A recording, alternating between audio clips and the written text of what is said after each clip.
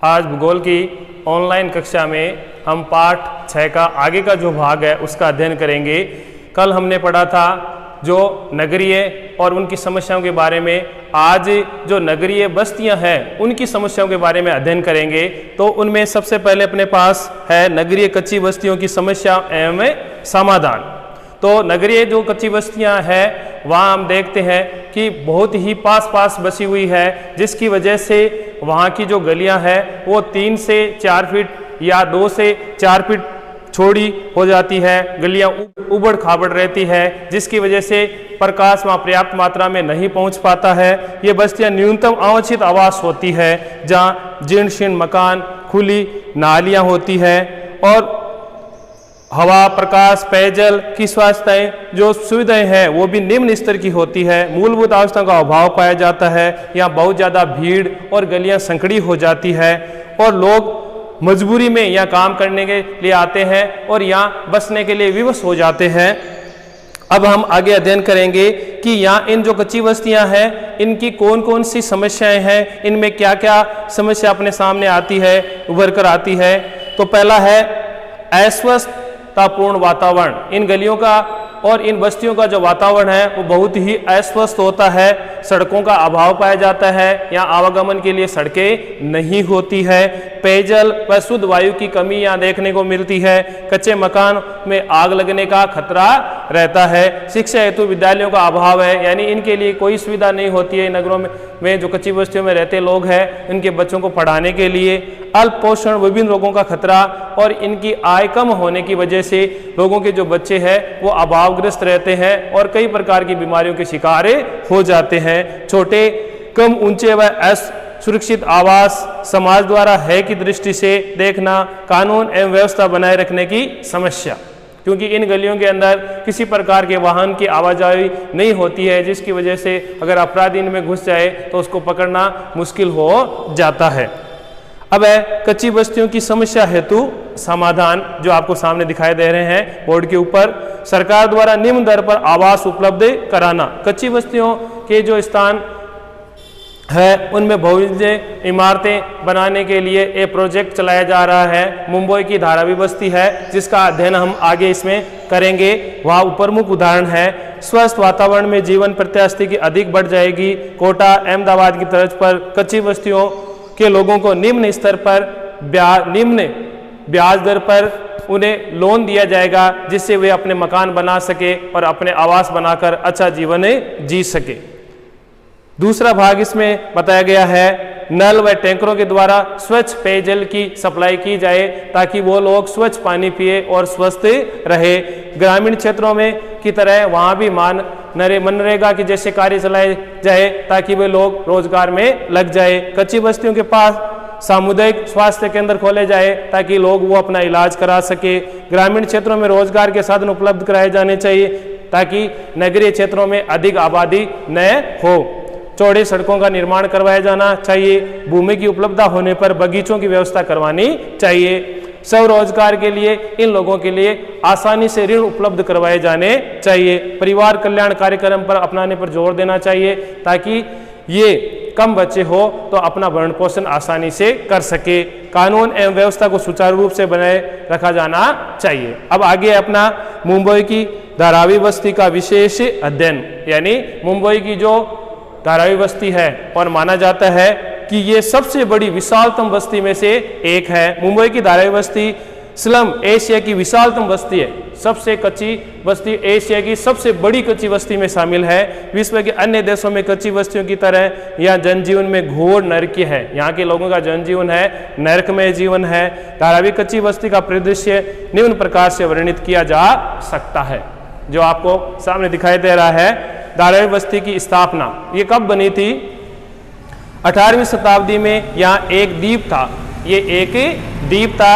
70 वर्ष पूर्व गुजरात के कुमारों ने इसे बसाया था, यानी 70 वर्ष पहले गुजरात के जो कुमार थे वो आए थे और उन्होंने इसे बसाया था। इनकी संख्या लगभग 10,000 थी। उस समय इनकी संख्या कितनी थी? 10,000 थी।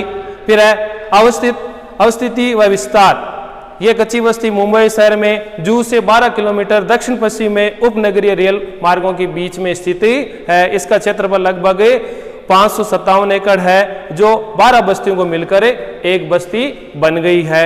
जनसंख्या वर्ष 2011 की जनगणना के अनुसार 6 लाख से जो लगभग घरों में निवास करते हैं, एक घर में 10 से 15 व्यक्ति एक ही कमरे में निवास करते हैं, या लगभग 60% परिवार 60 वर्षों से यहाँ रह रहे हैं। फिर इसकी तीसरा पॉइंट है, देखते हैं हम, जो स्लम बस्तियां आपको इधर दिखाई दे रही है, इनकी हालत हम देखते हैं तो इतने पास पास मकान बने हुए हैं कि हम इसको देखकर ही अनुमान लगा सकते हैं कि यहाँ के रहने वाले लोगों की स्थिति क्या होगी। अब परिवहन, इस गंदी बस्ती में केवल एक मुख्य सड़क गुजरती है, यानी अंदर आने के लिए केवल एक सड़क है जो 90 फुट रोड के नाम से जानी जाती है, जिसकी चौड़ाई घटते घटते आधे से भी कम हो गई है, यानी आधी सड़क हो गई है। यहाँ परिवहन निगम की बस्ती की परिधि में बाहर से गुजरते हैं ऑटो रिक्शे बस्ती के अंदर नहीं आ सकते, यानी गलियां इतनी तंग हो गई है कि परिवहन के लिए जो वाहन लगे हुए हैं वो नहीं आते, ऑटो रिक्शा है वो भी हमें बाहर छोड़ेंगे। धारावी बस्ती के अंदर मुख्य मुंबई है, एक ऐसा भाग है जहाँ तीपहिया वाहनों का प्रवेश भी निषेध है, यानी तीपहिया जो टेम्पू है, रिक्शा है, वो भी नहीं जा सकते। कुछ गलियों में पगडंडियाँ इतनी संकड़ी है कि यहाँ एक साइकिल का निकलना भी मुश्किल होता है। अब भवन और आवास की स्थिति, संपूर्ण बस्ती में अस्थायी निर्माण के भवन हैं जो 2-3 मंजिले बने हुए हैं, जंग लगी लोहे की सीढ़ियां हैं, कमरे के लोग किराए पर रहते हैं, 10 से 15 व्यक्ति एक मकान में रहते हैं। आवास अलग अलग ऊंचाई तथा अलग अलग रंगों से पुते हुए हैं।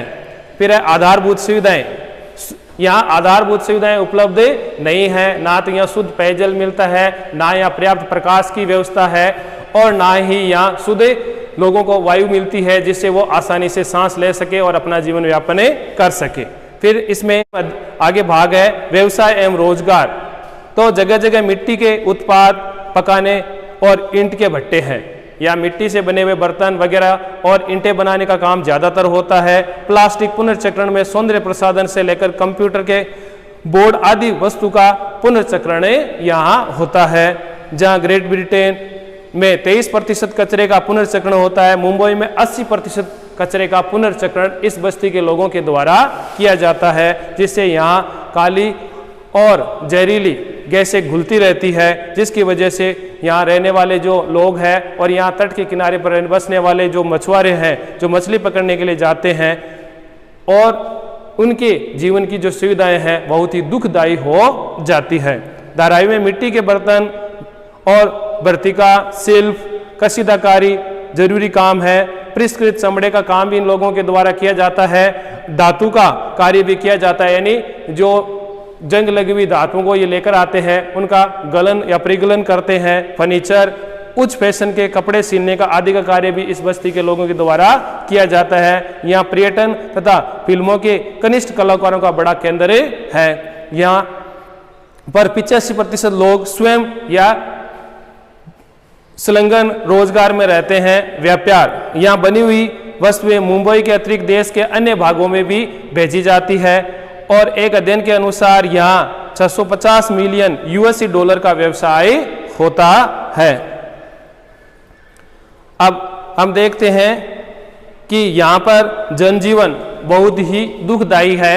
प्रदूषित पर्यावरण व मूलभूत सुविधाओं के अभाव की वजह से यहाँ के जो बच्चे हैं वो डिप्थेरिया और टाइफाइड से ग्रसित 4000 बच्चे उपचार के लिए आते हैं। धारावी बस्ती में डेंगू, हैजा, पीलिया रोग आसानी से देखने को मिलते हैं।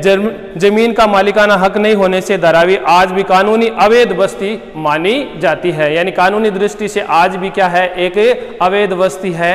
और यहाँ स्वास्थ्य सेवाएं बहुत ही कमजोर है। आज हम देखते हैं लॉकडाउन में सबसे ज़्यादा जो मुंबई में पेशेंट मिल रहे हैं वो भी इस धारावी बस्ती से ही कोरोना के पेशेंट हमें देखने को मिल रहे हैं। अब धारावी बस्ती की भावी योजनाएं, यानी इसको सुधारने के लिए जो भावी योजनाएं जो आपको सामने दिखाई दे रही है, प्रसिद्ध व्यवसायी मुकेश मेहता ने $2 मिलियन की लागत से धारावी बस्ती का पुनर्निर्माण करने की योजना और बहुमंजिले इमारतें बनाकर करने का प्रस्ताव रखा था। ये बस्ती मुंबई के केंद्र में होने से भूमि की कीमतें इतने अधिक बढ़ गई है कि सन 2000 तक बसे लोगों को बसाने की जो योजना थी वो असफल होती हुई नजर आ रही है। महाराष्ट्र सरकार इस बस्ती को पुनर्स्थापित करने की योजना बना रहे हैं, जहाँ नागरिकों को स्वस्थ वातावरण, शुद्ध पेयजल, प्रकाश, वायु, शौचालय जैसी सुविधाएं उपलब्ध कराया जा सके, व्यक्ति को गरीब, भूखमरी और बीमारी से बचाकर भावी पीढ़ियों को सुशिक्षित किया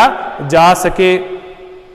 इस प्रकार की व्यवस्था सरकार करने के लिए प्रयासरत है और देखते हैं कि आने वाले परिदृश्य में ये बस्ती किस प्रकार अपने भारत में उभर कर आती है।